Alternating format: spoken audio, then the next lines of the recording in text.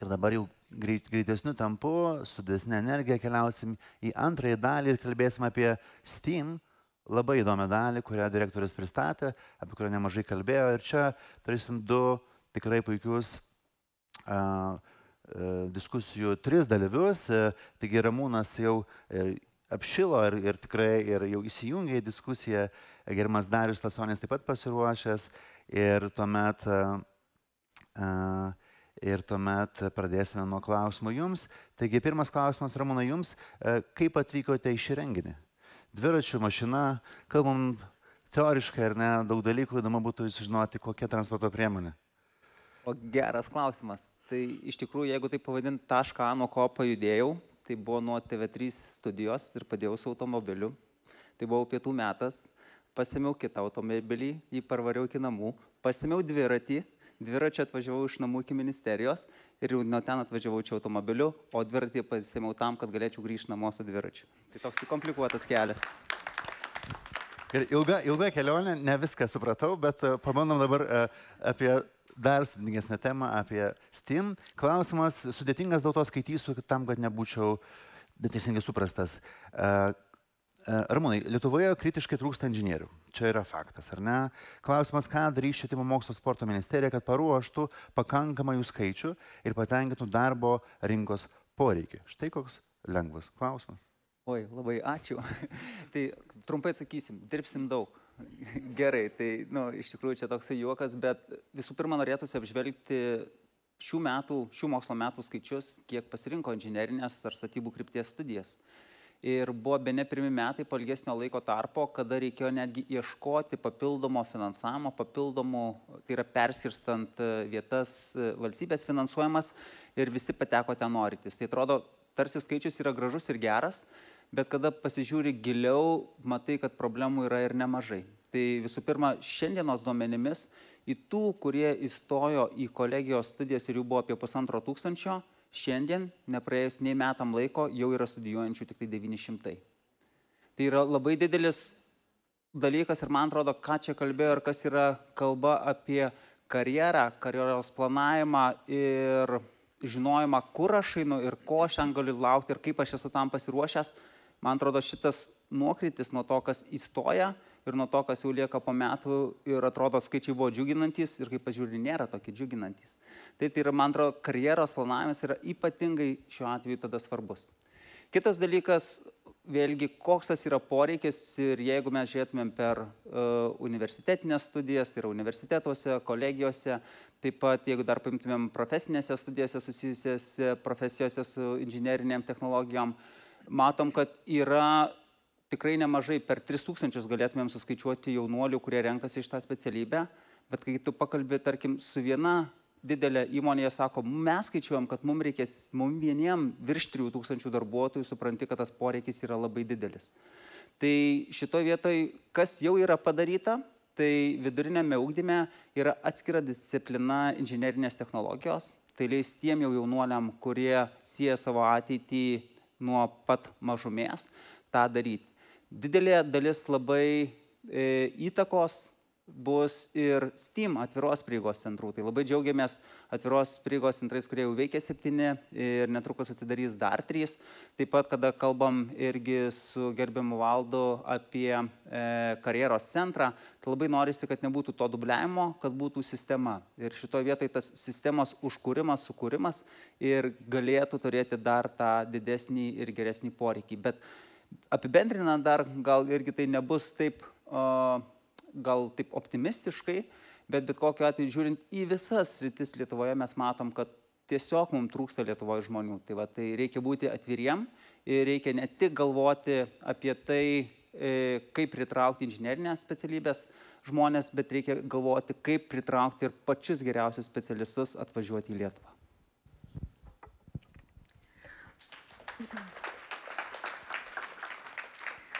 Nors aš esu kitos diskusijos dalyvė, bet negaliu ramiai išsėdėti šito jūsų intriguojančio klausimo.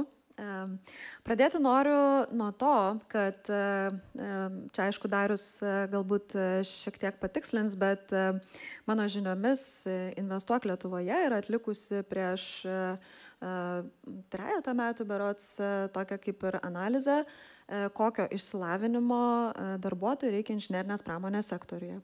Tai jeigu gerai pamenu, daugiausiai darbuotojų reikia turinčių profesinį išsilavinimą, apie 38%, apie 32% reikia baigusių aukštą išsilavinimą, tai jau mes kalbam iš tiesų tų inžinierių ir visų kitų specialybių, kuriuom iš tiesų reikia aukštą išsilavinimą.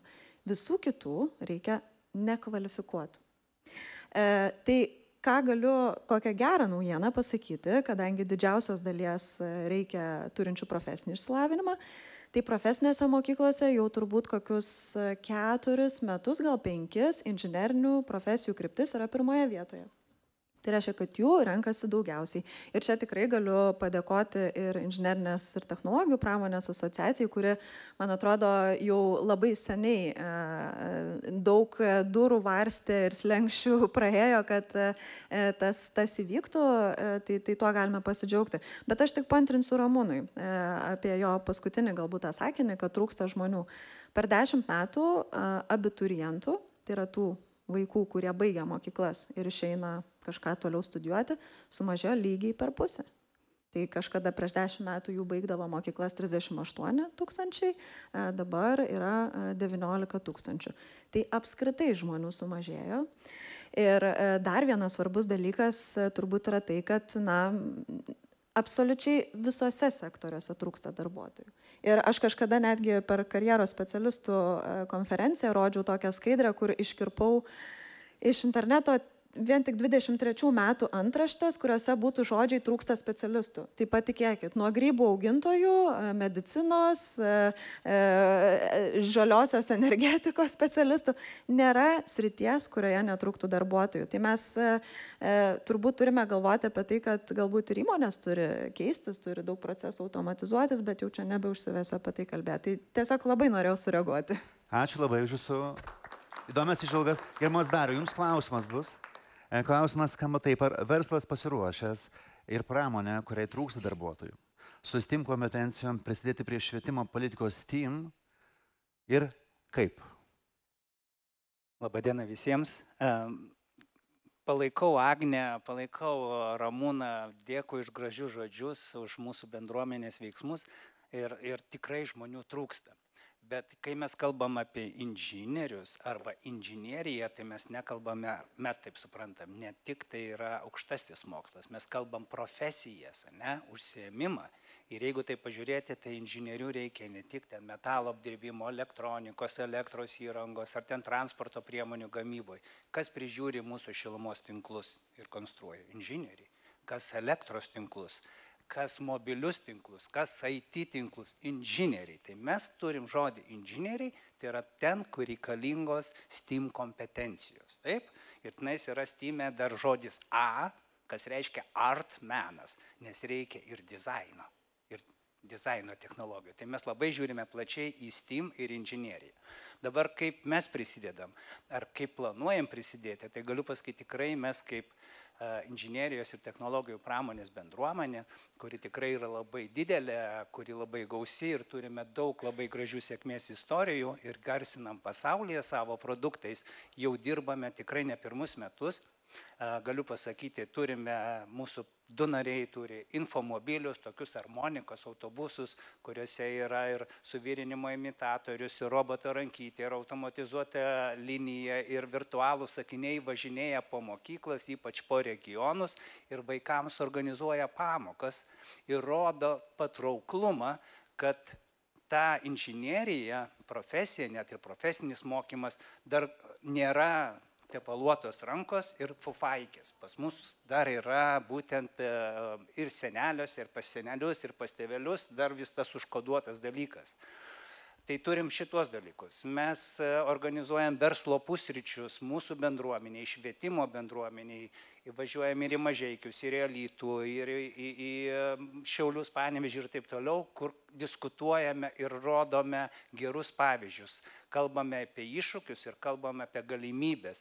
Ir mūsų tikslas užnorinti, uždegti verslo bendruomenę, kad jie prisidėtų prie vaikų karjeros formavimo, organizuotų ekskursijas į įmonės. Ir tas vyksta, kad jie prisidėtų prie stipendijų moksleiviams. Ir tas vyksta, pažiūrėkit, kiek sėkmės istorijų yra. Aš jau nekalbu apie vieną mūsų gigantę įmonę, mūsų narį, kuri apskritai pasakė, skirs 1,5 milijono stipendijoms vaikams ir kolegijų, ir profesinių, ir aukštųjų mokyklų. Ir tai jie daro. Bet kas įvyko, žinokit, visos įmonės, kas turi daugiau, kas turi mažiau, pradėjo tą daryti savo regionuose. Tai reiškia, įvyko toks nedidelis gniūžtės efektas ir mes tikimės, kad ta gniūžtė vis didės ir didės. Kitas dalykas, ką mes praeitais metais padarėme, mes pradėjom komunikaciją su mūsų nariais, kurie būtent po 500, po 1000, po 2000, kas galėjo, sunešė į katiliuką bendrą sumą ir mes suorganizavom kampaniją Aš inžinierius, Trust Me, I am engineer. Ir organizavome Steam Teamo varžytuvės, kur vaikai konstruoja Goldbergo mašinas. Ir tai buvo praeitais metais, kur dalyvavo 50 komandų.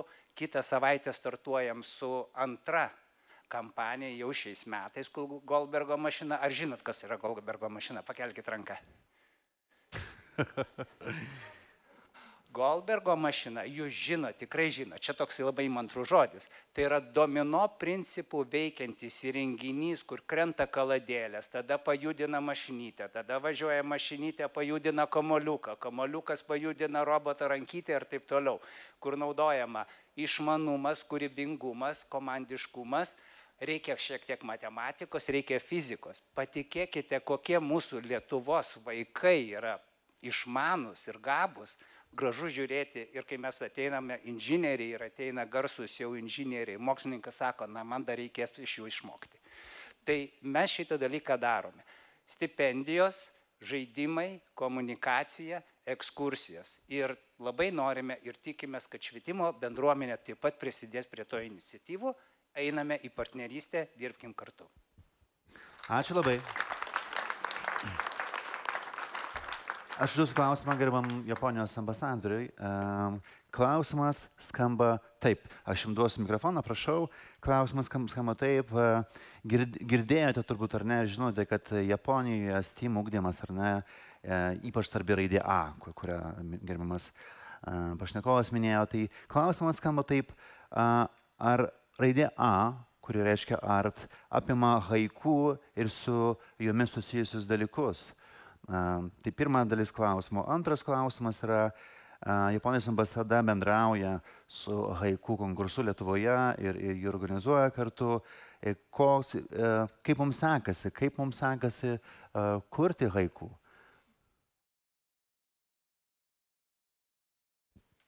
Well, thank you very much for the question. First of all, the second question, Lithuanian is much, much better than Japanese in terms of haiku. That's true, yeah. So the first question, I think recently Japanese Ministry of Education, Sports, Science, whatever, they're trying to add A to STEM. So STEM plus A is STEM, yeah? And A is art, and which they intended to include broadly arts, culture, lifestyle, ethics, and etc., etc. Because they don't want the students just acquire knowledge, which has been the case in Japan for 150 years. Yeah. 150 years ago, Japan forced to learn Western technologies.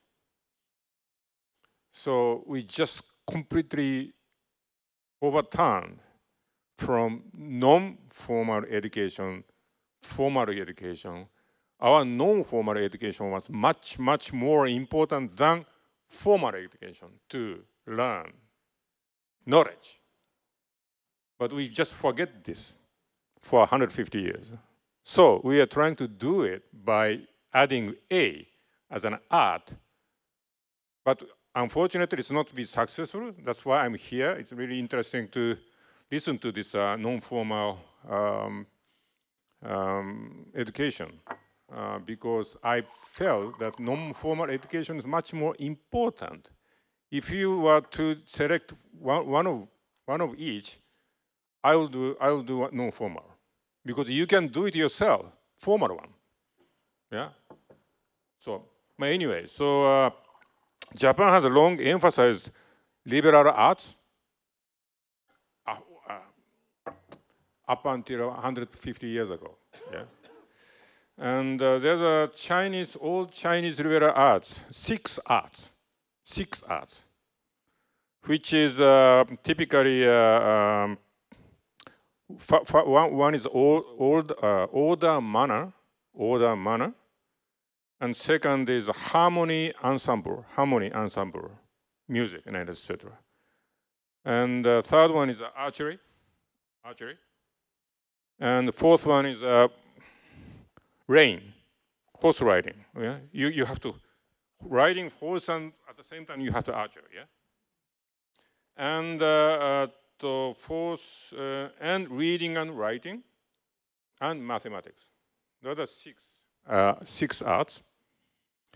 And the very important one is reading and memorizing. You read very difficult, good book by master in the past, and you don't know the meaning, but you just loudly read it and memorize it. You don't know the meaning. Just like Jewish people are memorizing Talmud. Yeah? You don't know the meaning. But that creates you a moral compass inside. Without moral compass, just knowledge, you cannot be a leader. You cannot be a leader. If you're in a democracy world, you cannot be a leader. Democracy is not a value. Value is inside. So that's A. So Japan is trying to get back to that A with this Ministry of Education's trial, but it hasn't been successful, because still official education is has a much more resource and much more, resource and discussions and money and etc. Thank you very much. Ačiū labai. Ačiū gerbiamam ambasadoriui, tikrai buvo įdomu be galo klausytis ir tikrai tikiu, kad dar tikrai prisijungs prie tolimesnių diskusijų, tas gera matyti. Taigi mes jau baigėme antrąją mūsų panelinę dalį, tikrai ačiū už įsitraukimą, bet prieš perinant į trečią noriu paklausti, gal turit klausimų mūsų svečiams, gal kažkas sudomino, gal prieštaraujat ir nesutinkat, esat piktas, tikrai arba norit padėkoti. Matau, kad tuos klausimus pasiliksit vėlesniam laikui, norit padėkoti, visi šypsos ir džiaugiasi, tai ačiū labai. Ir mes pakviesim kelis jūsų čia prisėsti ant stotelių ir su mumis